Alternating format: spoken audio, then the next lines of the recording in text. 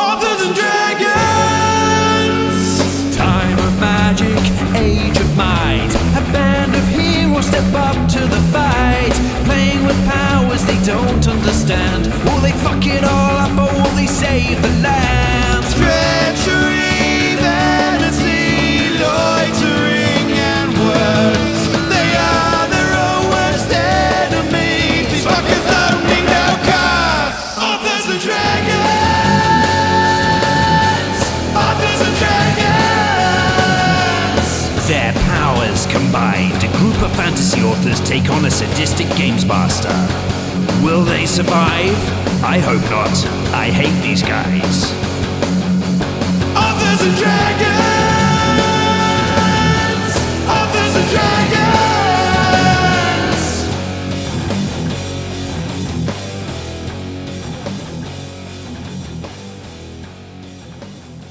Hi, I'm Joe Barassi. I play the role of Bjorg Bjornsson the Barbarian. I was an author on the Mongoliad Project. My 2 novels, Skyfarer and Dragon Road, can be purchased from Angry Robot Books. And I am the author of such non-existent tales as Featherfuckers, The Legend of Butt-Kiss Chicken. Hi, my name is Rick Gualtieri, and I play Silas Kane, mighty paladin of, you probably have heard of that god. And in real life, I have several things going on. Well, it probably won't be out by the time you're listening to this, but soon enough, I have Second String Savior coming out from on audio. I believe that's coming out August 13th and narrated by Andrea M. So check that shit out. Hello, friends. My name is Robert Bevan. I play the role of Klaus Richter, the notorious ROG. In real life, I write the Caverns and Creatures series of comedy, fantasy, short novels, and short stories, starting with the first book, Critical Failures, and my most recent release just came out, the short called Your Anus is a Gas Giant. Go get it. Hi there, my name is Steve Weverill, and I play Brandon Firemaster, sexually attractive bar fighter. In real life, I write all manner of things designed to make you laugh. Do you like to laugh? Look me up on the internet. Maybe we can do business. Hey everybody, I am Drew Hayes, author of books such as NPCs, Superpowers, and the recently released 5-Minute Sherlock, The Case of the Damaged Detective, an Audible original available in audio now and in other formats later this winter.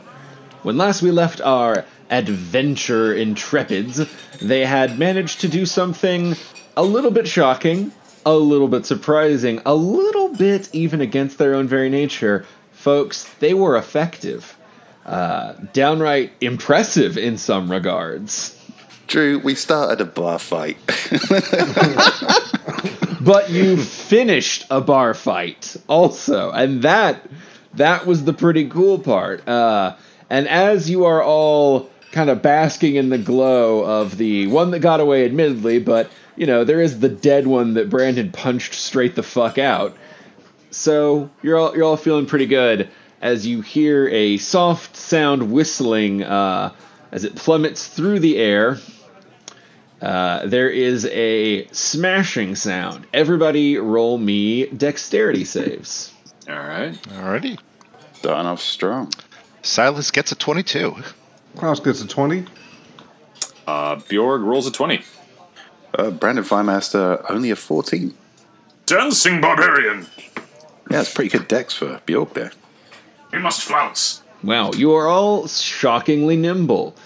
So none of you get into the vicinity of Fandango, who is unfortunately decided at that moment to finish his drink.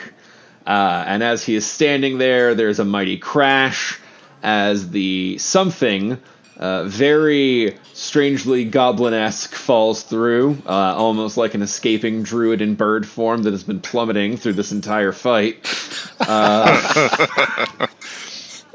And smashes down directly on top of Fandango. There is, of course, the poof as Fandango becomes a goblin thingy, and Gordon Skinflint appears. Now, Gordon, I'm no detective, but were you trying to escape again? Certainly not. Certainly not.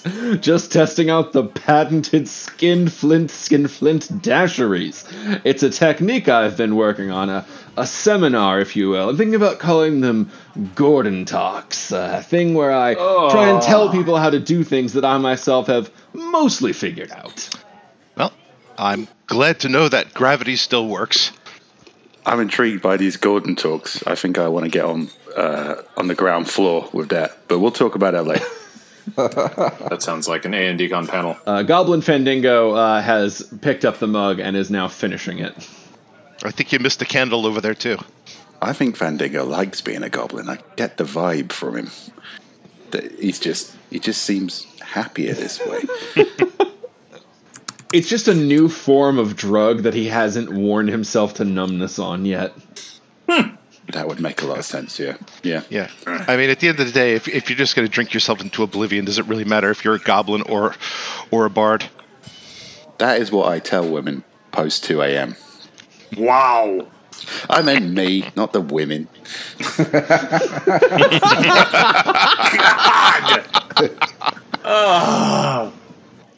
All right. Skating right on past that. With the death of the Bone Demon and the escape of the Glabrozuzel, The glorb is... yeah, the glor- I gave up after last time. I'm just gonna take it even more weird. The Glazborba. Yeah, we never Yeah. did decide on the 20 different variations of that demon name we had. Glazabru. It would have been great if you'd picked one version of Glabrizu and you just cut me saying it that one time and pasted in every other version so it never matches up. All right, so you're fighting the Glabrizu. The Gorbachev. He was a communist. The red barrier is down. That is the point. Oh, good. So that gives us a chance to turn to our host, the Minotaur, and talk about the utter failure, to keep demons out of this place. Shut up. Thanks a lot for your bovine intervention. No. Bjorg is literally now standing in front of them and holding his hands out, wide. Please understand, my companions are idiots. Oh, that's been apparent from the start, but they're idiots who do know how to kick a little demon ass, I'll give you that. Good. Damn straight. He kind of rubs his jaw, looks to the bartender. I reckon there might be a job or two for them. What do you think? The Dragonborn bartender kind of whips its head a few times. Yes. Those are perhaps useful enough, Skid. All right. You want us to kill things? Yeah, we'll take useful enough. All right, so they have said that. You are scattered around a bar. Do you want to group up? Do you want to try and see what you can scrounge off the bodies? How do you want to play this, boys? Loot the corpses. I think I'll be heading over to these guys to lambast them for their utter uselessness in this fight. Yeah, I'll go with the corpse looting party. That does sound like your kind of area. So Bjorg and Klaus are going looting. Silas is going to go scream at standerbys who were trapped behind a magical barrier.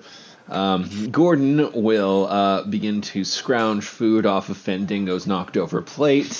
Brandon Thighmaster, you have a chance to take the diplomatic helm if you would like. Oh, yeah, sure. Yeah, that'll be... Oh, no.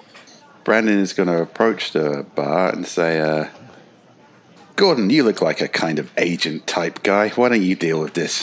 If you need me, I'm going to be over by this stage so people can look at me better. And that's my turn. Wow.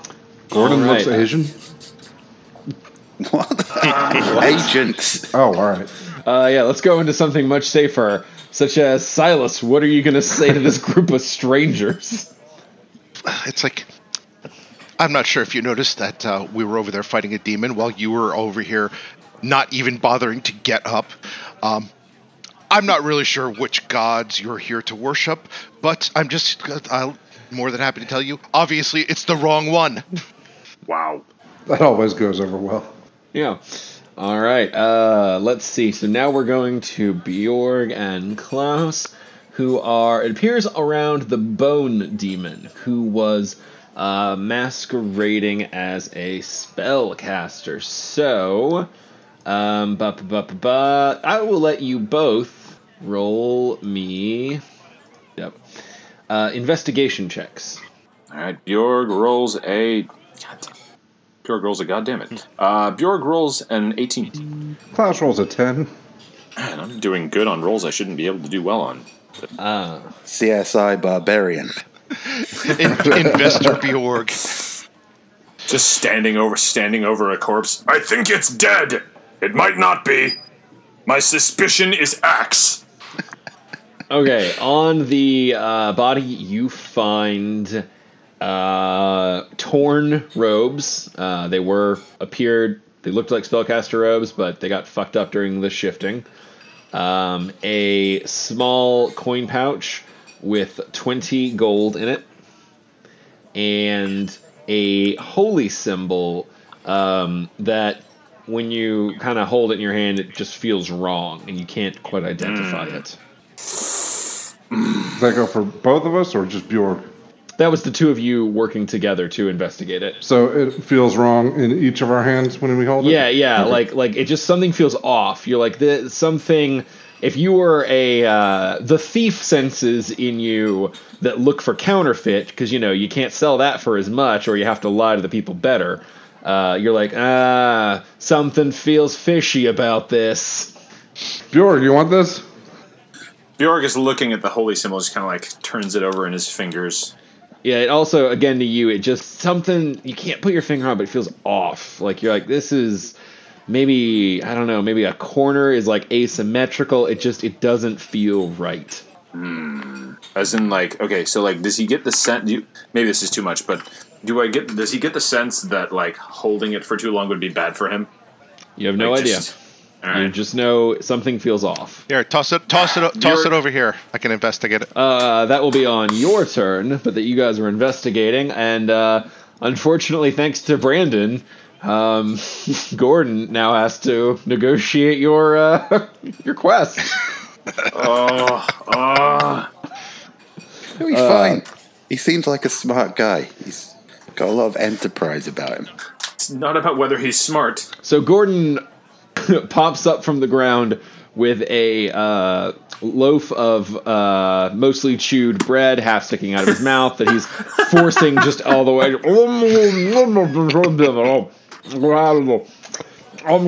Percent. Now, that's just off the top. Obviously, there will be incidentals and whatnot fees for this service. But why don't you go ahead and trot out the offer that you're putting on the table for my clients, and then we'll worry about my fee structure. You heard the man. And I guess I'll have a conversation with myself here.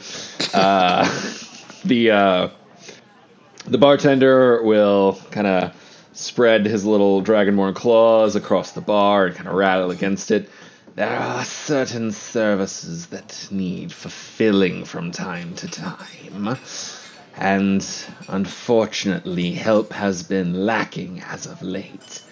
Not too many pilgrims anxious to prove their worth down here. So, if you're looking to go higher and want to make a name for yourself, I can offer one of two jobs. Seeing as you have a ship, there are certain plants and other, shall we say, special cultivations available at a underwater site not far from here. With proper equipment and a little guidance, you could go perhaps retrieve them for us. Or, if you prefer something more immediate, there have been issues in the depths of the mountain. The drainage points, sluices, artifices, you know, all of that rigmarole. And everyone we've sent down so far to investigate has not returned. But they probably couldn't have killed a demon, now could they? Nah, they sound like jerks. I was going to say, if they're as good as the people who were supposed to keep the demons off this island to begin with, then yeah, I'm pretty sure we can do a better job. This is the runoff point of the island. It is seen by those above as the metaphorical sewer, the point where the harsh reality butts against their heavenly perfection. So what you're saying is heaven shits. And it shits here. Well, I don't know. This seems like a fairly straight option to me. I mean, boat quest or shit quest? What do you reckon, guys? Let's go with the shit quest. Oh, no one's asking you. Gentlemen, as your agent and manager and fee structuring accountant, might I recommend you hold out and see what each one pays? Well, that actually makes sort of sense. You know what it does? My God. Putting him in charge of negotiations was a smart move on my part. I am the smartest guy in this place. Look, I didn't give Gordon a lot of character traits, but being business greedy is one of them. He definitely would want to hear the price. All right. Once again, laziness and disinterest has paved the way to success. Carry on, Gordon. Okay, well, let's go around again. That was a long round for Gordon and them to talk. So, Brandon, you started us off on this initiative. Why don't we just go around the room again? Okay, I'm still on the stage. I'm just going to nudge the bard and say, if you'd like to, make a song about what just happened here, you can do. It's fine. I mean, I can wait. Gordon's handling the negotiations, so... And then I'm just going to stare awkwardly at the bard for the rest of my round. All right. The bard continues to sing. Is she singing about me? Really more just...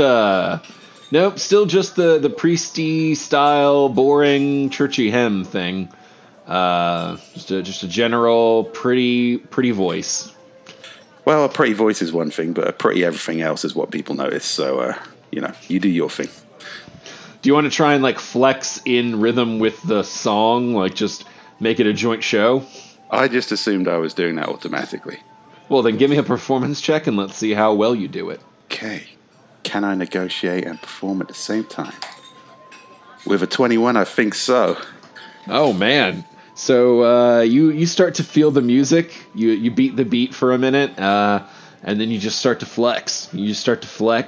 And you know what? Against all odds, a few of the patrons do actually kind of look over and are like, all right, I get it. It's sort of like a muscle, like a version of bodybuilding and interpretive dance woven together. I'm going to forget you said against all odds there, Drew. But everything else you said makes perfect sense. Silas, Brandon is having more of an effect on your targets than you are. Well, let's change that since they're ignoring me. These tables aren't bolted to the ground, are they? No, but they are large wooden tables. It's going to take a strength check if you're going to try to throw one. I'm not going to throw one. Just tip it over, just to show them my disdain at their obvious lack of even empathy over the fact that we just killed a fucking demon. Yeah, Joe, he's not completely unreasonable. He's not going to throw the table. Okay. So you get an 11. All right. That is enough to start tipping the table over. But the two people who are sitting in the direction you try to tip it, and this applies which either way because they're equally spaced, will just easily catch and stop you. And they kind of look up like, what the hell, man? The sheriff's right there, and you're trying to destroy property. Hey, sheriff. Oh, not again. We'll leave that there. Bjorgen Klaus. I would hope that the sheriff is still looking at me. That was a pretty impressive performance check. It was. You were on your way to making some friends until Silas. Story of this party. Until Silas was Silas. If anyone's tuning in and they've just happened to start on this podcast, You don't really need to listen to the rest of the podcast now, because that sentence sums up our entire adventure. Is there any check I can make to see if I recognize what holy symbol that is? That Religion, would be a religion check. That is correct. And does it matter that it's untrained? Yes. I mean, you don't get proficiency or anything, but go ahead and just make it. Okay. 13. All right, you do not know. All right, that's fine. Bjorg, do you want that thing? Bjorg is actually Bjorg is going to look at it and stuff it into a pouch. And I think part of the reason for that is because he's not sure he trusts anyone else to carry this thing. He probably is planning on actually, you know what? He's going to walk up to Cowman.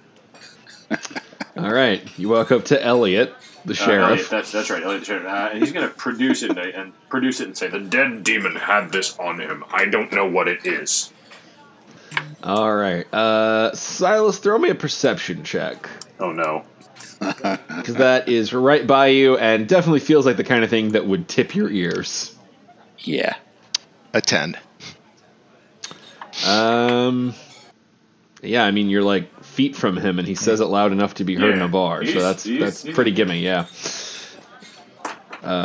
So Silas can join in, but first, Klaus, what are you doing? Because I have a feeling it's probably not the same thing as Bjorg. No, not at all. All right, so we've looted the body, but this is a bone demon, and I wanted to know, do these bones look like special? Like, would they be able to craft some kind of cool weapon?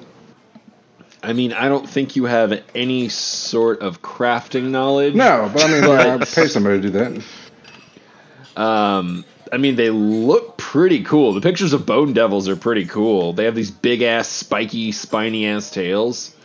But you could also figure out pretty quick that it's going to be a beast to process it. Like, if you want to fuck around with your dagger and whatnot, you'll find that it's still pretty resistant, even dead. And like you can take this apart, but this is not something you're going to be able to freestyle skin like a wolf. Like you actually need like special tools to fuck up a bone devil. All right, so I can't just fry some ribs off or whatever. Like to look at the picture of it, you would be having to roll you would need a magical weapon to even do a basic processing, and you'd have to either have a very enchanted gauntlet or be rolling constantly not to skewer your own hand in the process. Ooh, yeah, don't want to do that. All right. Yeah, I guess it's not going to fit in my bag of holding. Huh? I mean, also, you wouldn't want to put it in your bag of holding, because bag of holdings can be punctured from the inside. All right, well, there goes my idea. Hey, Klaus? Yes. Buddy? Yeah. There's a guy with just a hole in his chest right here that no one's touched. Wait, I thought we fought two people and one got away. You did, but remember there was a 3-person party. The bone demon ripped out the heart of one guy. Oh, all right. Well, I'll go. I'm not expecting to find a heart then, but I'll see what else you got on him. You burned your turn fucking it. around with the Bone Devil stuff, but you can start cracking into that one top of next turn. I'll do that. All right. That brings us back to Gordon, who's doing the negotiating, which is really going to be Grek laying out the price. Yes, the pay. Always the pay. If you handle the sewer issue, I can compensate you 50 gold apiece, as well as room and board here for 10 days. Which, if you recall our pricing structure, is quite a generous payout. Yeah, that's one beer. Yeah, so you would get, I think, 50 gold apiece, but you would also all get to stay here, eat, drink, and live free and clear for 10 days. So that's the big payout for that one, is 10 days of lodging here, because that shit will be expensive otherwise. All right, and he's gonna, so, as for the ship bounty, that is set by the purchaser. I have no sway or ambition there. I believe the plants they enjoy are harvested by the pound. For every pound of the consumable goods you are able to deliver, they will pay you adequately in 100 gold pieces.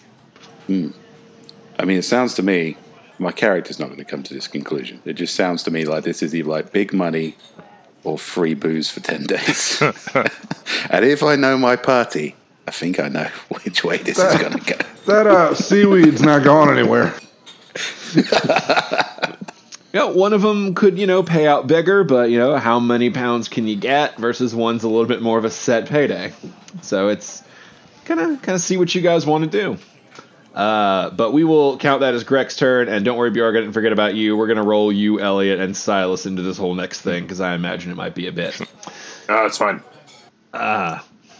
Well, that, he kind of taps it with his spear mace and is like, yep, that is a devil's facade. What's that?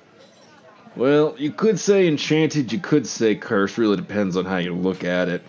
But it's functionally a holy symbol of deception.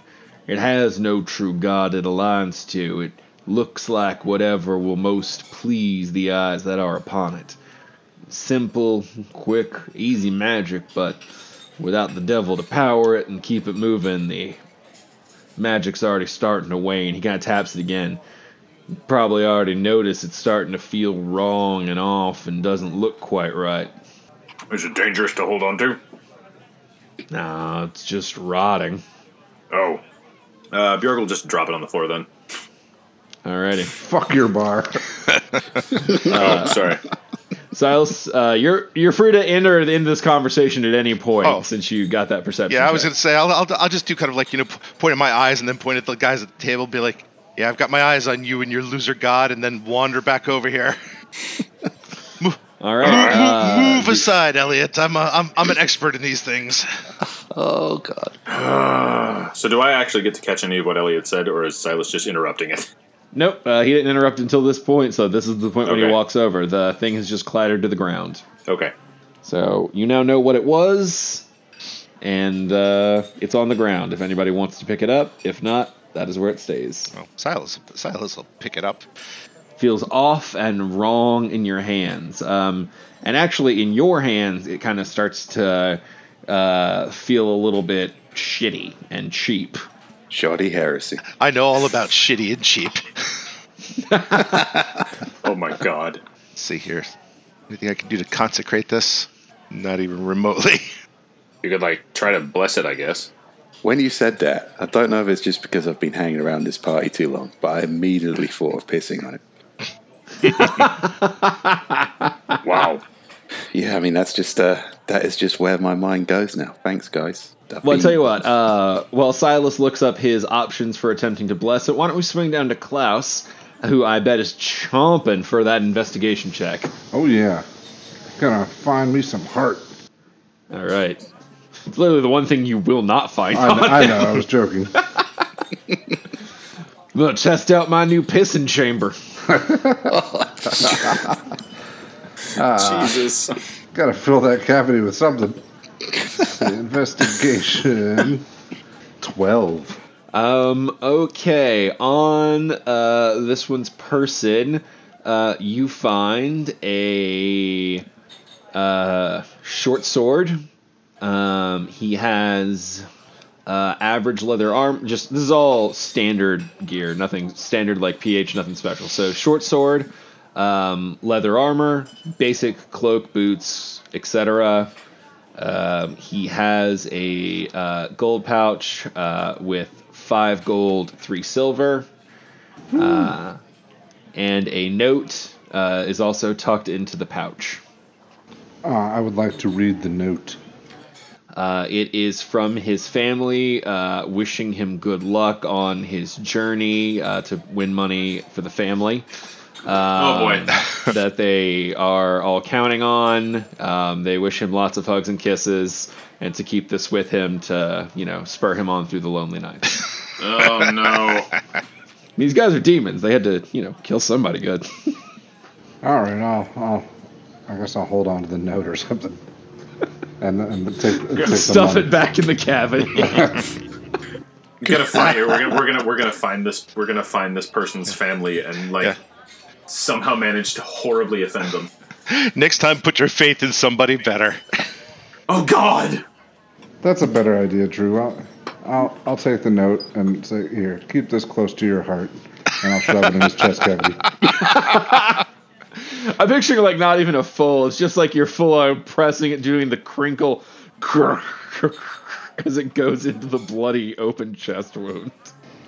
All right, I feel like he would have wanted that. Maybe he would have. I can't imagine. I can't imagine he just sat up at night and thought, you know how I really want to go out. Oh man, Brandon Thighmaster, do you want to continue your performance? Yeah, sure. It's Give either me a that perform check. or make some kind of a decision. Oof, not as good this time. 12 performance. You're getting a little too swept up in all the cool shit going on around you, paying less attention to the rhythm, and this is not an easy thing to flex to in the first place. It requires a lot of focus, so you begin to lose the rhythm, and it stops being art and starts just being a dude flexing to music. Which is art.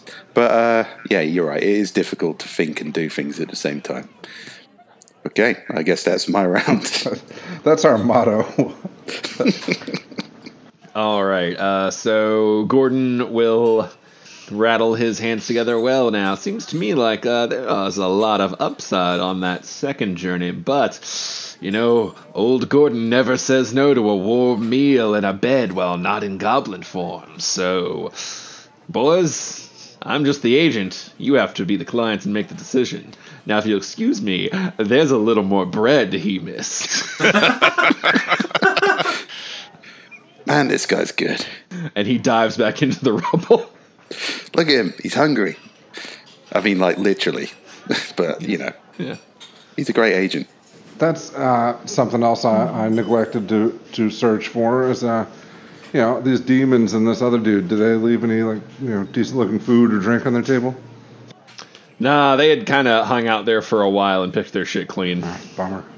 Because we specifically said y'all were there all afternoon. Not only were they evil, they were loiterers. So we are back to Bjorg and Silas. I'm gonna pull out my bow. I'm gonna try to do a trick shot here. I'm gonna throw the holy symbol into the air and see if I can shoot it with a radiant smite or divine smite. That's a good way Okay. to spend your smites. Well, that's a much harder one than just putting it on the ground and shooting it, but okay. I'm getting shot in the Gotta butt. have some panache. It's a small, airborne, moving. I'll give you 17. I would love to think that he was doing this to try and kind of increase our cred, to drive up our price a bit. But I know he's not doing it for that. I know he's just doing it because he's Silas. And I get a 28. Wow. All right, you hit. Like Gordon agreed, Silas might not do a lot, but what he does well. And the bow, he does. Roll damage. All right, so 12 regular damage and then 8 points of radiant. Okay, you obliterate this fucking thing. You hit it, and there's a flash of burning light, and then it is just ash. It is nothingness as it falls to the ground. And you see Elliot kind of lift his eyes. Interesting. So you didn't want to use that for any sort of investigation or tracing magic or anything along those lines? Not even remotely. Well, we must all paladin in our own way. Oh, it didn't go horribly. Yep, because there's paladin in my way, and then there's paladin the wrong way. Oh, man. All right, gents. You kind of know what your next options are for working here. You also have a boat, and you have the option to just buy more supplies and leave if you would like. Oh, there's no fucking way I'm leaving this place. So, which deal are you looking to go for? Free booze. Shit work. Bjorg, you want to weigh in on this? So it's shit or boat? It's shit or boat. But it's also free board or boat. Let's do shit. I want to... Okay, I'll go with the majority. It is decided. Let us Shit. do shit and have beds. Let us shit the bed. I figure that goes without saying. All right. So Grek, the Dragonborn barkeeper, will accept your offer, and in fact, he will show that there is a hidden trapdoor back behind that bar with stairs leading down into the mountain itself. But he would also recommend that you all rest for the night, seeing as you do get a little bit of lodging. He'll give you this first one up front, because most of you need to recover some health points, if we're being honest. Yep, that's fair. Yep. And it's already nighttime, and, get a start on the day. So, if you guys would like to do more stuff in the Gloricus Inn, absolutely, by all means, let's play that out. But when you are ready, we can move forward to the next day when y'all will be healed. I think Bjorg is just going to rest. He's tired. Yeah, Brandon's going to bid a good evening to the adventurers in the corner. Leave them. I'm going to use my parchment and ink and quill to leave them my autograph and a self-portrait of myself, which is just a stick figure with big, bubbly muscles. Wow. Good night. Glad to make your day. See you later. Silas will remind the people in the corner that they follow a loser god of inaction, and then he too will turn in for the evening. Use his lay on hands to heal himself, and then relax. Klaus is going to take advantage of the booze offer, and he and Ron Woozy the Jeremy will, I guess, just sit at the bar and drink until we're ready to pass out and go to sleep. Klaus, you will have company in the form of Goblin Fandango and Gordon, who continues to eat everything that he is served until he falls over. I'll tolerate them. Tune them out. Fandango seems to be double fisting one hand on an ale, the other on a candle. I thought you were going to say a hooker. Midway through, he begins banging his hands on the bar in a makeshift kind of a drum thing. It's one of Fandango's better performances, if we're being honest. It's very subdued, much more artsy than his usual stuff. It's fun. But I think unless you want to do anything besides just drink and then eventually turn in, that will probably wrap up your evening. Yeah, that's good. That's a good wrap up of an evening.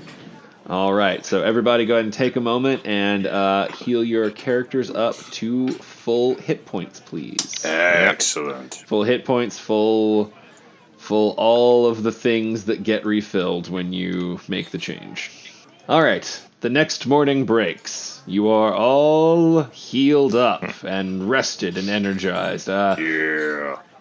You wait to find that Fandango still in goblin form. Still just hanging out, doing his thing. Probably definitely a drug thing at this point, safe to say. Maybe a sex thing. Probably a sex thing. But definitely a drug thing. There's good odds on both. Double fisting. He's burning that candle at both ends. He's drinking that candle at both ends. Nicely done. Okay, so next morning, it's just Grek. You are all up earlier than most of the other people and adventurers, and then probably than you yourselves would want to be. But is there anything you would like to do over breakfast or, say prepare what have you, before popping open that trap door and heading on down? Those passive-aggressive fucks from last night are gone, right? Yeah, they're passive-aggressive. Do you mean passive-aggressive in which they passively accepted your aggression? Is that your definition of that? Yeah, no one else is around this early except Grek and you all. Well, No, I got nothing. I don't think we can get much prep if everyone who's been down there is not come back. I guess there's not much reconnaissance to go on. sounds like a bunch of bodies to loot, though. Yeah. Yeah, this is it's in shit. There's bodies to loot. This is basically Klaus Paradise. Well, Greg will give you the quick background of just that there are a few entrances into this kind of subterranean area. Something has been messing with the water system lately. It's getting harder and harder to get water like pumped up and through the filtration. There's a lot of this stuff is really old. It was kind of built by people who lived in this area beforehand, before it kind of the area took on its current purpose. So, many of the current systems were piggybacked off of what was found existing. That sort of includes the water pumping up and draining and filtrating. So they want to know what's going on. The water situation is getting progressively worse. People have gone in through other entrances and been unsuccessful. Grex is a major one, but no one wanted to use it because it was blocked off a long time ago for reasons. Well, that doesn't sound ominous in the slightest. Yeah, we'll go into character of Greg kind of scratches under his chin. Yeah, I don't know what the reasons are. I purchased this inn from another owner many, many years ago, but he would not tell me. He only said I probably shouldn't unseal it unless it was necessary. That sounds like a challenge. So the guys that went in before us, they didn't go through this entrance? No, they used the other entrances, the ones that are considered unsafe. Is this one considered safe? That doesn't sound like it. It's considered untested. Okay. It just seems peculiar that, this is his place of business, that he'd want us to unseal a big gate to hell under his bar when we could just go to a different entrance. Hey, whoa. Who said gate to hell here? Let's not jump to conclusions. I don't know. Just because there were demons in this bar and a huge ominous don't open this gate deep within the earth beneath it, that doesn't necessarily mean it's a gate to hell. I mean, and it's blocked off. That sounds like fucking work. Bjorg is going to pause here and say, as my father said during his flower arrangement works, correlation equals causation equals killing things. That's a sound train of logic. Silas will just ignore that and turn to Gord and be like, since Fandango's busy eating candles, can you maybe cast light on a coin or something so we don't walk in there and immediately just step into a bottomless pit? My God, he said something smart. Oh, you know me. Always happy to help. Fun thing, though. Don't know light. Do know a different, very handy magical spell. And he is going to rummage around in his bag and pull out a torch and then light it. That was better than what I thought he was going to do, which was run away. Okay. All right. Then get up here, Torchbearer Gordon, and lead the way. All right, you guys want to go on in? Yes. Yeah, let's go stare into the abyss. See if the abyss stares back and likes what it sees. So you all, go down the stairs into the sewer area entrance. It looks clean, at least. Yeah, so as you walk down, what you see is basically just a big old cellar. There's a few stacks of brewing supplies, no booze, but hops and scoops and things, a sink, just basic cellar shit. There's a big wooden, that's why they look like circles, they are wooden logs. Actually, everybody give me perception checks. If that's what's blocking the way, I've got the answer, guys. Silas rolls a 12. Klaus rolls a 6. Bjorg rolls a 19. Dang. Brandon Firemaster rolls an 11, which I guess is what you get for wearing sunglasses in a cellar. So you can all notice that you can see, as you kind of go in, there is some strange lighting, sort of a natural earth, luminescent stone woven throughout the walls and the design.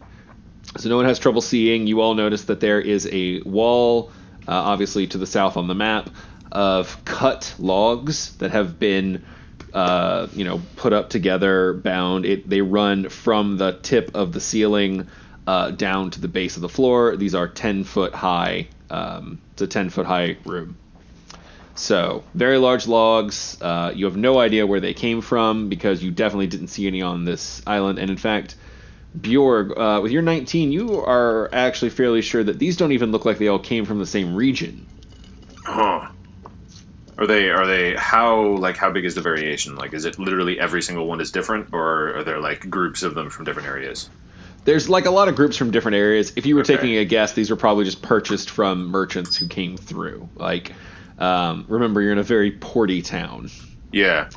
So this wall, these logs don't all come from different regions. Or they come from different regions. It looks like they might have been. If I had to hazard a guess, I would say they were purchased. Well, for this. There is a big-ass metal door, though, and that is right here, right in the center, and it looks like it has not been moved in fucking decades. Bjorg's going to make for the door. No, what? Hang on a second, Bjorg, because we've got a little bit of history with mysterious doors. Hey, Gordon, why don't you go knock on that door? Just, see if it's a door. No reason. Just, go give it a knock. Gordon will kind of look at you and be like, and then he will cast Thorn Whip and whip knock on the door from where he is standing. So a burst of thorns busts out of his hand and slaps onto the metal, striking it loudly but doing little damage or impression. Yeah, that ought to do it. Don't know what you were so paranoid about there, Gordon. Jeez. Well, I found that if you guys don't want to do something, yeah, it's not hard to put these together. To be fair, I never want to do anything. Yeah. That is very fair. Okay, so that's what he did. Well, I guess we'll just leave the barbarian to assess the potential, trappedness and of this door. Klaus, get over here. I don't have, trap sense anymore, I don't think. I just have, regular perception like everybody else. And my perception sucks. But I will perceive. Why are you a rogue? Look, I'm talking about rogues in 5th edition. The thing I never used in Pathfinder, I can't use now. Alright. Klaus rolls a 10 for perception. You do not see any traps. Alright, it's all clear, guys. I'll reach out with my divine sense and see if I'm sensing any evil. 5e divine sense. That gives you very specific stuff. Yes. So basically, let's see here. If there's any celestial fiend or undead within 60 feet, and detect the presence of any place or object that has been consecrated or desecrated. Okay, you are getting... Actually, your divine sense goes fucking banana bread. But not in oh god, there's evil. More in the holy shit. You're trying to sense divine energy a few stories under an enormous gateway to the fucking celestial realms. We are in heaven's sewer. It's literally holy shit. I get it. I just got that. So I need a constitution check. Give me a constitution. We're gonna do this as a concentration. A save or a check? A check. Okay. 20. Okay, you are able to blot out the sound and still do your divine sense and realize that nope, there's nothing around here that's tripping it. But yeah, be aware that The further you get, the easier it will be, but as long as you guys are near this giant fucking gateway, that's going to be kind of hard on the antenna. You're going to have to roll constitutions, or concentrations, which are constitutions. I detect no evil beyond that door. Knock it down, Bjorg. Bjorg is going to... Okay, so Bjorg is going to poke the door with his sword. Just like, tink. Sensible. Wants to see if this, if touching it sets anything off. No, I get it. I'm trying to mentally describe, I guess, what happens. You pull out your mighty sword and press it into the metal, and there's like a scratching, like, it's real annoying as it kind of goes along. Okay. Like, as in from just the metal sliding against metal, or like... Yeah, metal sliding on metal. That's the worst. All right, Bjorg's gonna sheath his sword, and then he's gonna walk over and like push on the doors. See if they give it all, or if there's any sense that they would give. It's just one big ass door. So with a big ring, if you want to pull. Okay, Bjorg is gonna pull on the ring. All right, strength check, because this is old and large and rusty. All right, and that is a 16. Okay, with a 16, you are able to feel like it shift slightly, and you see like rust around the hinges begin to like give, but it's not quite enough to fully pull it open. You feel movement, like it's not locked into place. It's just old and heavy as shit. Like Silas's mom. Wow. Okay, can I try another strength check then? Absolutely, yeah. All right, let's see. Wait, you are a barbarian of the bear. Bear, right. So I have advantage. Which didn't come into play on that one, but will come into play, very easily could come into play on a different one. So yeah, you can absolutely go again, but just, keep in mind, you're a barbarian of the bear. Yep, got advantage. Okay, so let's do that again. Act like a bear. Treat that door like that bear treated Klaus's mom. That is a 26. Oh, all right. Yeah. Bjorg's been having kind of a weird few days, but as he's like pulling, and he's like, wait a goddamn minute here. I might not do a lot of things, but I know how to fucking pull. And just boom! Yanks that motherfucker open.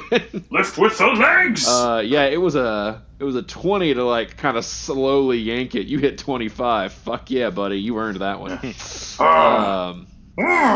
As you just burst that thing. Everybody else jumps back a little bit. The doors open, and with it we shall remove my cheap darkness, as you guys see more of the place. So if you want to move your tokens in and then give me perceptions, I will kind of let you know what you see. Okay. It's horrifying things. Brandon doesn't see shit. He rolls an 8. Silas rolls an 18. He definitely sees shit. Klaus rolls a 6. Bjorg also rolls an 8. Alrighty then. Wow. So Silas and maybe Gordon? Oh, Gordon gets a 21. There you go. So Silas and Gordon are the only ones who break 10. Good God. So most of you, fittingly enough, are going to be entranced by the gigantic stone boulder that is resting in the middle of this room. There's more natural luminescent stone running through the walls and everything. And at this point, Gordon just puts his torch out. But so you guys can all see there's this huge fucking boulder, enormous. Like, it is, again, gigantic. Put it to scale, it's measured in tons. And there are 4 immense chains latched to the top of it that run up into the stone walls. So everybody can see the boulder. Silas and Gordon are the only ones who notice the chains. And Silas and Gordon are the only ones who notice that there is a like overgrown wheel over here. that it's just like covered in like plants and shit. There's a bunch of like mossy shit around it. I didn't do the whole math, but you get the idea. And if you were a guessing person, you might be able to put two and two together, but this is what you see. Well, while they're looking at the rock, I will head over to this thing. Okay. Do you want to do a investigation to kind of examine it? Sure. This should be pathetic. 9. All right. You want to throw me an int in there just for funsies? Now you're just mocking me. 15. Oh, okay. So yeah, your investigation shows you very mossy, very covered.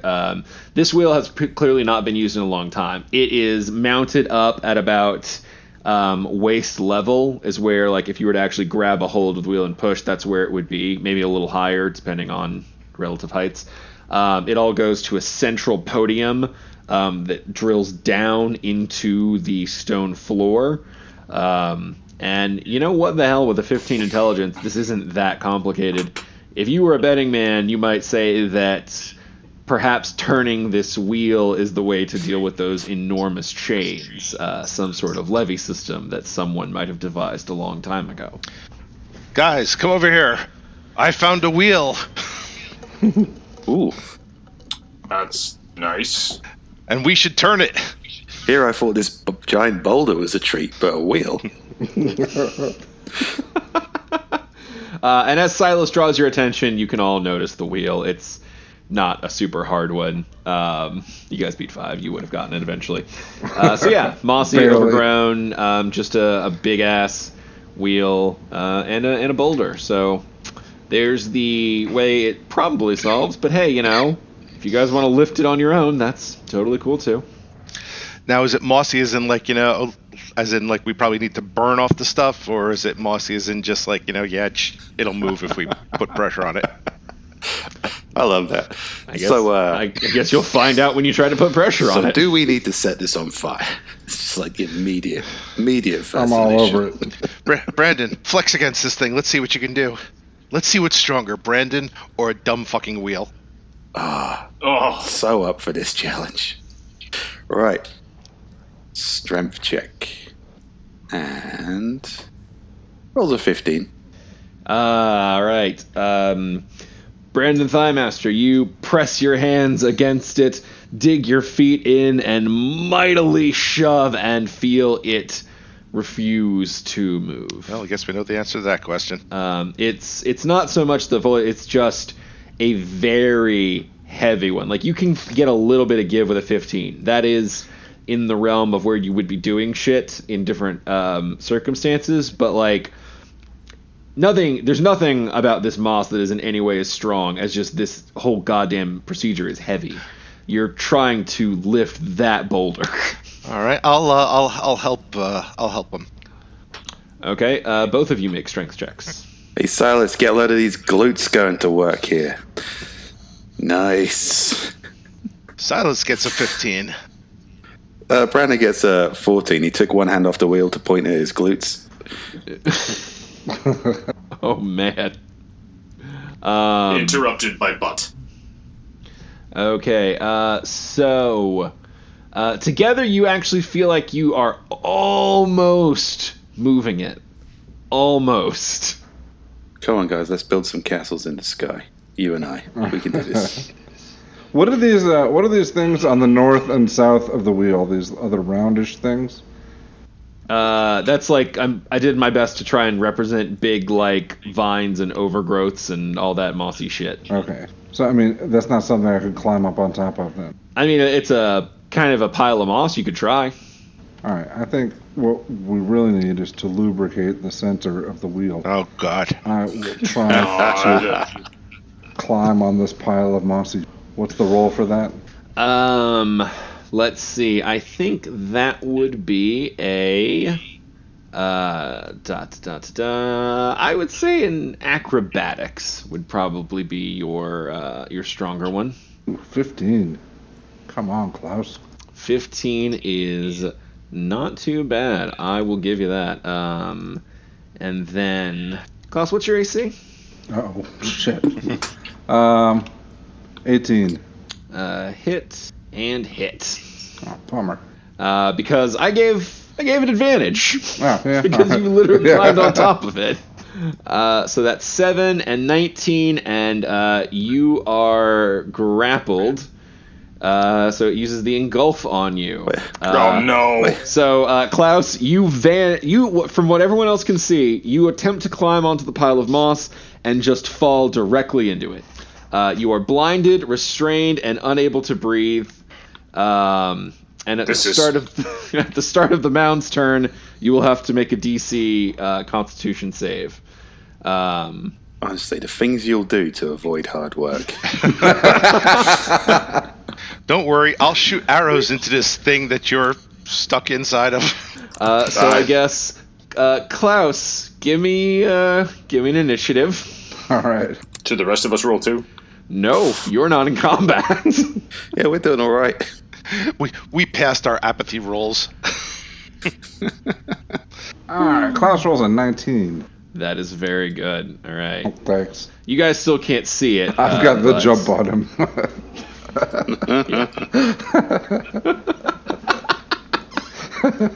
Oh, of all the ways this could have worked out. What's your... Okay, that's a bad deck, so he's probably not going to beat you on that. Everybody else is still going about their initiative, so as far as you know, Klaus just fell into a thing. What does everybody else want to do? I'm committed to this wheel business now. Did Bjorg see Klaus vanish? You saw Klaus basically, it looks like he leapt into a pile of moss. Hey, Bjork, come and help us with this wheel. Yeah, before Klaus pisses on it, you know. Bjorg is gonna head over near where Silas is to just kind of look, because that was kind of weird. Like Klaus just vanishing is kind of weird, and when Klaus vanishes, that's usually not a good thing. He's probably jerking off in moss. Actually, give me a perception, Bjorg. Let's see Alright. if you even did notice that. Okay, all right, that's fair. Because we got a lot going on. Yep, nope, that's fair, and he hasn't decided what he's doing yet. All right, that's a 9, so probably not. Yeah, I think you might be operating Klaus. Hey, Bjork, come and give us a hand with this wheel. Yeah. Before like, you know, Klaus realizes piss is not a lubricant. Bjorg will head over to the wheel. Well, what the hell? Gordon's can be a team player. All right, everybody, strength checks. Yay. While meanwhile, Klaus dies. Well, we don't know that. So. Yeah. Bjorg rolled a 12. What the fuck? Silas gets a 12. Brandon Firemaster rolled a 21. Okay. So, luckily, collectively, there is a success and enough support that you are able to feel the wheels start to move. You all like as you begin to push, and you hear the mighty clank of these big chains drawing taut and beginning to shift the giant boulder slightly. And immediately after this wheel moves, you see a giant amount of rustling as the piles of moss are both knocked aside and spring to life, revealing themselves to have form. So yeah, you have successfully managed to turn the wheel, and you've activated the combat encounter. So how about everybody rolls me initiatives, except for Klaus, obviously, who already has this. Where is Klaus when we need him? What a shame. All right. And don't forget to select your characters before clicking first. Auto-populate. And make me not hate you. We were going to make you hate us anyway, because the three of us have 19s. Yeah, Bjorg rolled a 19. So did Silas. Okay, roll-off time. I'm gonna give Klaus his first. He was there first. Silas and Bjorg. Both of you roll me a d20. All right. Oh, wait, who has the higher dex? Silas does, almost certainly. Yeah, I have a 20. All right. It's an old one, but I still like to defer to that. No, that's fine. There you go, Klaus. Yeah. But I'm winning. That's it. You are. Okay, so I think this is a good time for us to go ahead and pause let everybody take a moment and think how they'd like to proceed in the battle ahead. What in-depth and complex strategies you'll use the 2 weeks to come up with to dazzle our listeners with. Gordon, kill the one standing right next to me with fire. So long, suckers! All right, well, remember that Klaus is engulfed. So that is going to be game for this week, but don't worry, folks. As you know, we are not done. We take your questions at facebook.com/authorsanddragons. But before that, we, of course, have our Patreons from patreon.com/authorsanddragons who cut the line and get their questions in a little early. So, Rick, why don't you throw us some of them hot Discord questions? All right. Our friend Aaron asks, with the ending of Mad Magazine announced, what was your favorite magazine as a child or young adult? Well, Mad was definitely up there for me. I still remember, like, my favorite thing about Mad Magazine was their film breakdowns. Like, they're just their satirical walkthrough of film plots in comic form. I always loved the shit out of that. I don't think I ever read any magazines as a child, except I got highlights, and then I'd do the picture find, and then I'd throw it away. I think magazines were kind of a dying medium for me as well, but I do fondly remember, I never had a subscription, but every now and then I would just get a copy of Nintendo Power, and those were some pretty fucking good days, man. Oh, National Geographic, too. I love National Geographic. I've got a second Nintendo Power. I once wrote to them with about 13 pages of video game design I'd made for something called Super Mario 2000, which is basically Mario in space, when I was about 8 years old. And they were good enough, although obviously I'd made the mistake of realizing that Nintendo Power was not Nintendo and had no real connection to Nintendo. They were good enough to give me a year's subscription for free. Oh, that was nice of them. It was nice of them, yeah. Just a random insane child saying, make my Mario space game. And I'm not even going to mention the fact that many years later they did Super Mario Galaxy. Steve's still waiting for his cut. Yeah, still waiting for a little bit of recognition. Think you could buy me off with a year's subscription, you assholes? Well, you're damn right. Honestly, I used to read the fuck out of Mad Magazine as a kid.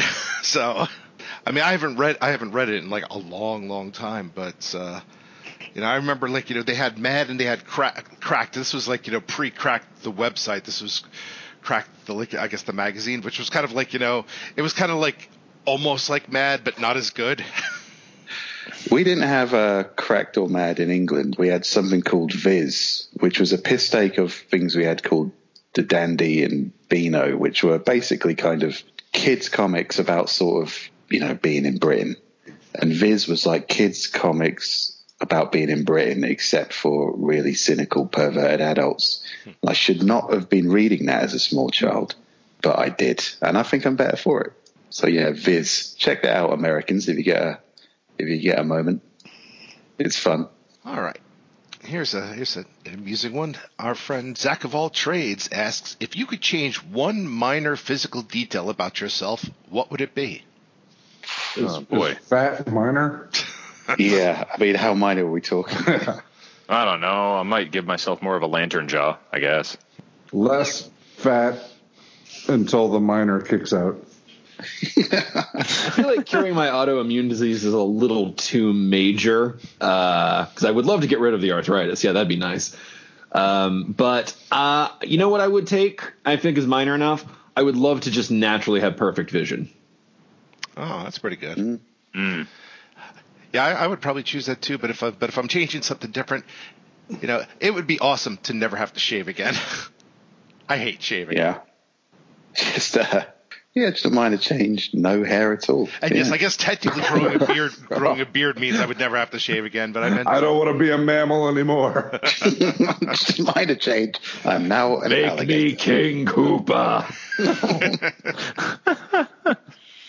Yeah, I don't know how minor is, but I've still got the same fucking adolescent skin problems I had when I was 15, and I'm nearly fucking 40. So if someone could sort that shit out, that'd be great. But other than that, everything else I've got is pretty fucking major. So yeah, just that, I guess. I just have the realization that if a genie tried to screw Rick over, like with the "I wish to never shave again," and they're like, "Haha, now you're a giant lizard." Be like, "Fuck you! You made me Godzilla. This was a twofer, bitch." Or he just like removed all razors from his possession. Have fun, Beardy. Or just snapped his neck. Now you never have to shave again. Nah, you never have to shave again because you're dead. This is how you grant all your wishes, isn't it? I want to find complete happiness. Snap. Why are you dead? The worst dick move the genie could say is, "Well, you don't have to, asshole." Oh, Wish granted. damn. I grant you permission to never shave again. Genie, you are a bureaucratic dick. I know. Wish you would fuck off. Did we cover everything there? We just turned that into some kind of racist genie hate fucking speech there. I mean, genies are kind of notoriously for being dicks, so. Yeah. It's an earned stereotype. Genie fucks. In fiction. I mean, is it though, or is it just a lot of people who don't know how to wish well, like blaming the genie afterwards? Like, hey man, maybe think your shit through for 5 seconds. I don't have to be reasonable. I wish my dick screamed every time I peed. Final answer, I made the wish. Yes. It just went through all over. It's like, I don't want to be fat anymore. Fine, you're dead. You're a skeleton. I want perfect vision. Pokes your eyes out there. You can see perfect blackness. God damn it. Just like the genie doesn't give Trixie, wish grantings. It just gives asshole wish grantings. That perfect vision, I'd take that genie to court. That's bullshit. I'm starting to think, Genie, that you're not actually a genie, but basically just a murder hobo. I mean, there are a lot of corpses behind you, so-called genie. So-called genie. It's like, first of all, I had to pay you a nickel to rub your cock in an alley, and now these wishes aren't working out as well as. God damn it. God damn it. I don't know. I guess, like if you paid a nickel to do that, then, don't be surprised if your wishes don't work out. If anything, he should be paying you a nickel. Okay. There's Do we need the next question? No, let's carry on talking about this. Yeah, let's go to the next question. All right, well, that takes care of our line cutters over at the Discord. Thanks, you patient people at facebook.com/authorsanddragons. That's right. I double dropped the link. Joe, why don't you tell us what we got cracking over there? All right, our friend Tony says, I have asked this before but did not add a please pick me tag. Fuck you, Tony. What are your views on filler chapters? Chapters that don't necessarily move the story forward but allow for more insight and character development. Well, I'm of the opinion that if it gives you relevant insight and character development, it's not a filler chapter. Shit, that's what I was going to say. Yeah. Yeah. Filler is like some of my favorite stuff. Like the episode of Dragon Ball Z where Goku has to get a driver's license. Fuck yes. Give me an entire series of just this incredibly powerful martial artist and the parts in his life where he has to do shit where that has no bearing or help to him. Honestly, it's so fun to me. Yeah. I was having a conversation with someone about this, about how, like, one of the things I actually really love about webcomics and that webcomics can do really well as a medium is mingling, like, adventure and excitement and slice of life. Like, I love a good slice of life story, and it's so hard to do in books. Yeah. I tried to do one, and it took me 1.5 million words to do 4 years. Yeah. I don't know. I mean, I think it's sometimes fun just to have, like, just to throw out a conversation. And I think I've done this in almost all of my books where it's like, okay, we had stuff going on. Now these guys are just having an inane conversation about really nothing at all. And, I'm sure some editors would like step back and be like, that makes you a piss poor writer. And I'd be like, fuck you. I find it funny. To be honest, yeah. I mean, it depends on the kind of book you're reading and or writing. If you're a really kind of and then plot point based book, and that's all you do, and then you suddenly have a filler chapter, people aren't going to appreciate it.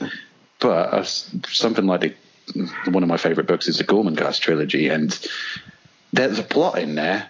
It's really not kind of like the first thing you notice about it. A lot of it is just kind of this strange, wonderful, surreal descriptions of a world and the people in it. And it's basically got 80% filler, but it's wonderfully written and poetic filler. So why not?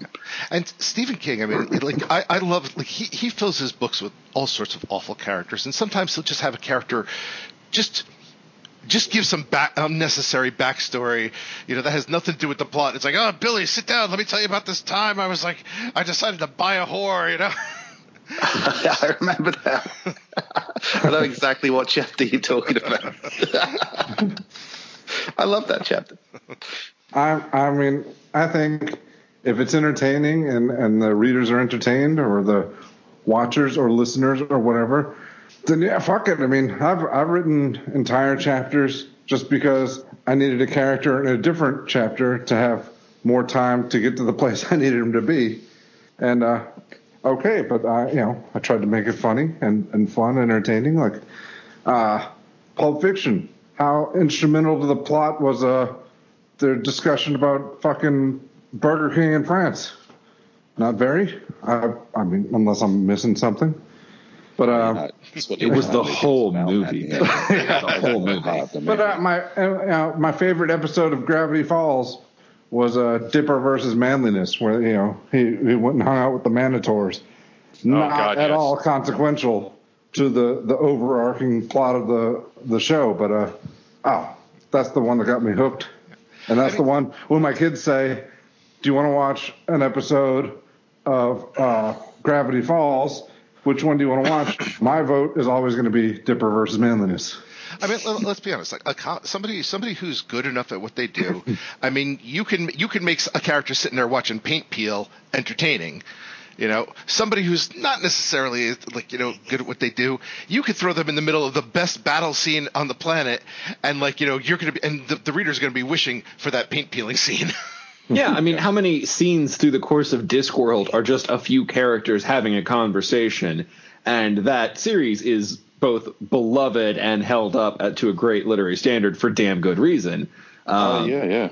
But it's certainly not tight. Like, there's lots of ambling and fun and silliness. You know what it is? I think ever since the whole indie author revolution started, all these quote unquote rules of writing have popped up where it's you must do this or you must do that, and almost all of it is just bullshit. Yeah, you must tell a good story. Yeah. If you're that interested in the smell of your own farts, just put your head up your ass and keep it there.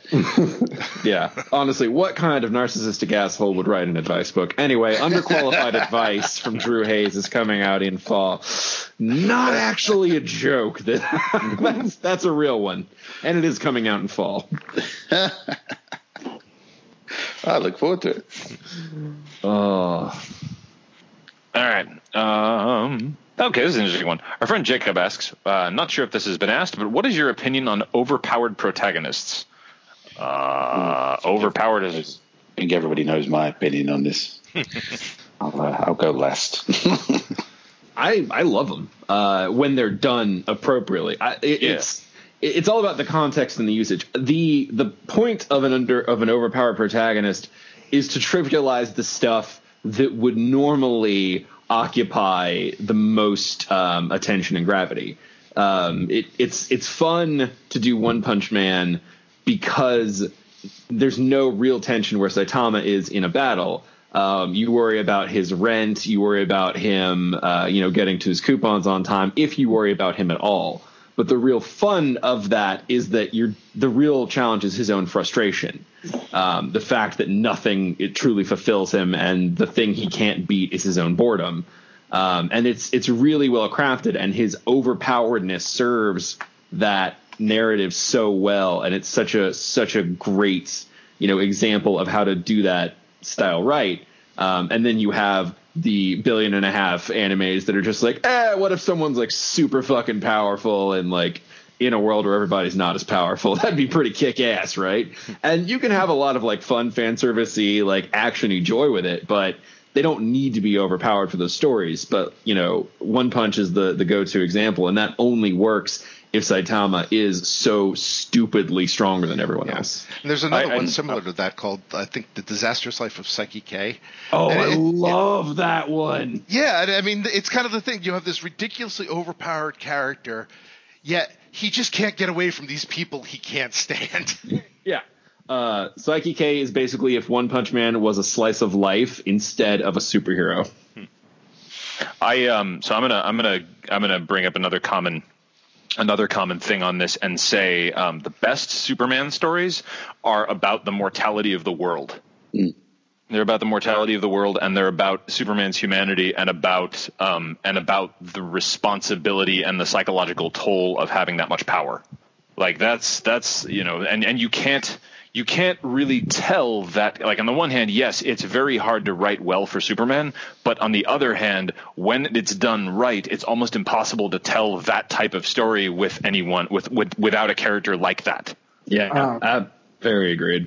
Well, Steve wants to go last, so I'll just chime in and say I don't know anything about this. Got no opinion. Everything you guys said sounds good.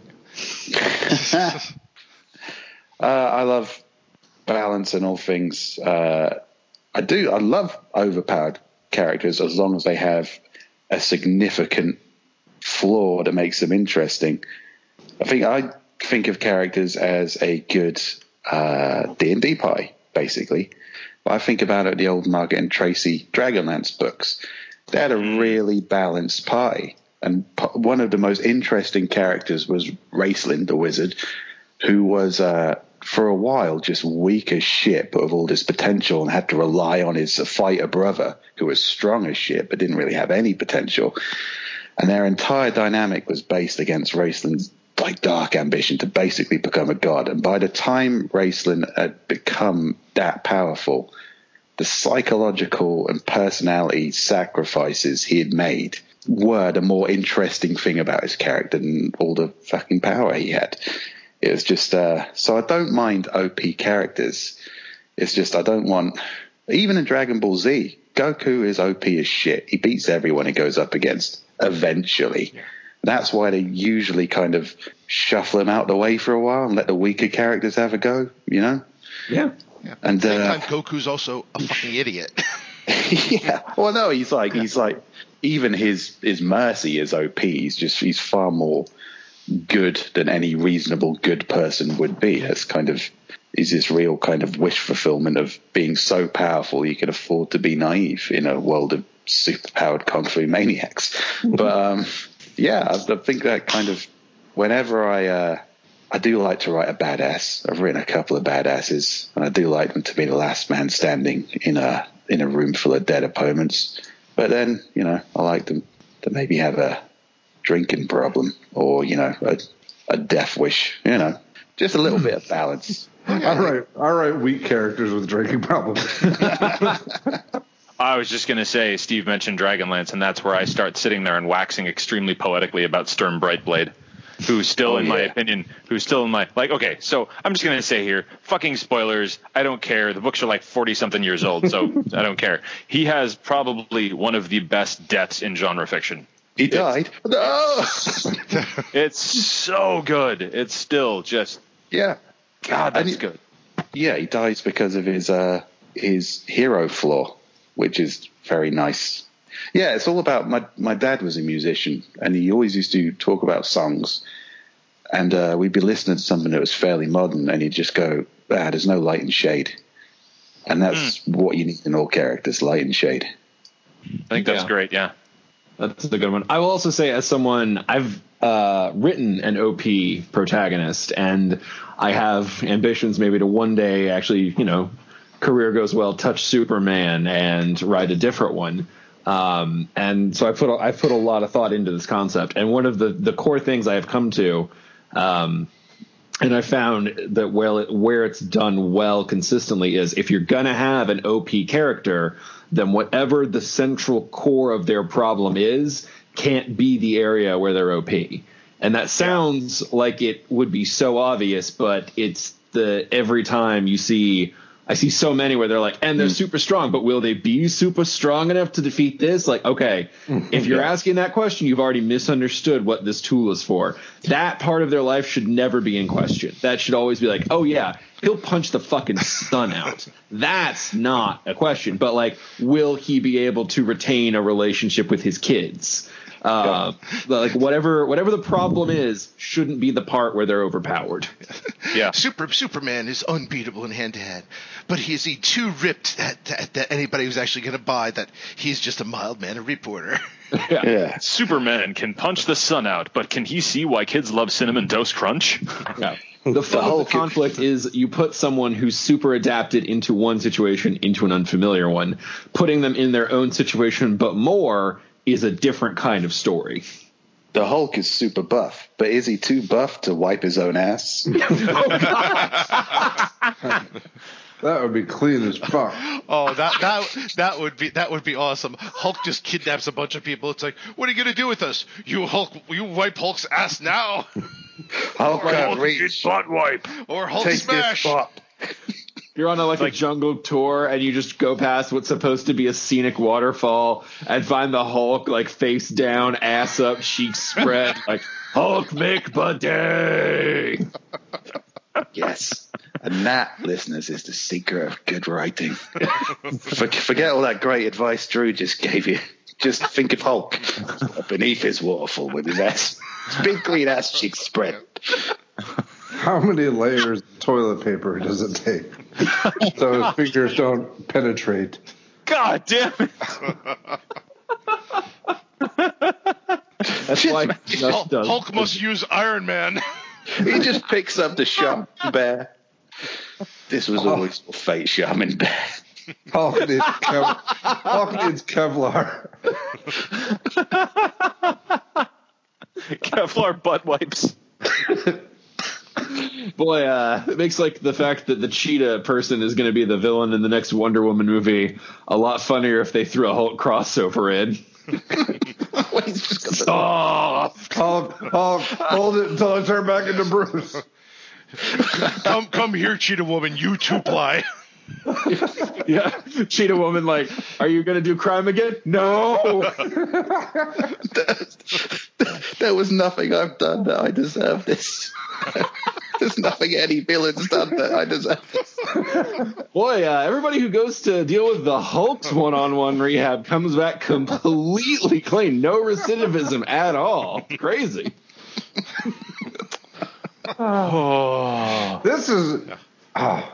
This is why he kept refusing to come out in Infinity War, isn't it? I need this shit. It's like, dude, I did 30 years hard time in Rikers. Let me tell you, that was nothing compared to 30 seconds up the Hulk's ass. You got this like it's like that moment in Thor Ragnarok where it's like, Hulk, for once in your life, don't smash big toilet.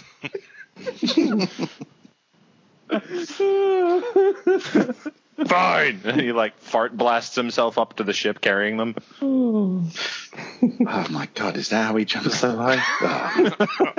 I think ass spread Hulk is the best place we're going to end this week's podcast.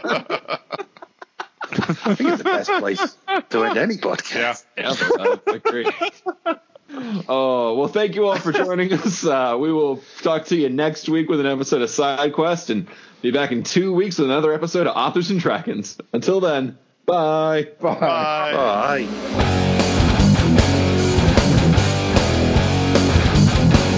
Authors and Dragons is brought to you under a Creative Commons license, meaning you are free to share this material so long as credit is given to those who created it, which is us, the people you just heard play the game. Opening and closing themes performed by the Gore Core 4. Authors and Dragons! Authors and Dragons!